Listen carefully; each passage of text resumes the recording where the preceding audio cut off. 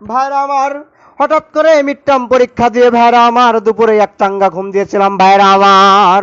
ঘুম শেষে উঠে মোবাইলে পটস করে নোটিফিকেশন বাজে ওঠে। মহিলা ভাইরা আমার, পদ্মার আইলে মহিলারা আমার, মা বোনেরা, সুজলা শস্য শ্যামলা বোনেরা আমার, নোটিফিকেশন ঢুকে দেখি পলিটেকনিক নোটিফিকেশন ভাইরা আমার। নোটিফিকেশন যা দেখি ফাইনাল পরীক্ষার ফর্ম ফিল আপ শুরু। এই তারিখটা দেখে মনের মধ্যে ফুর্তি। মাগার নিচের লাইনটা আমি এখনো দেখি নাই। যেমনি নিচের লাইনে চক পড়ে ভাইরা আমার,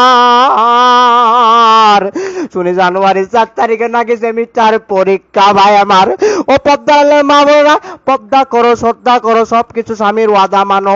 এই তারিখ দেখার পরে মোবাইলে পার বাটনা চাপ দিয়ে মোবাইলটা বন্ধ করে 10 মিনিট হুশ বেহুশ হয়েছিলাম ভাইরা আমার।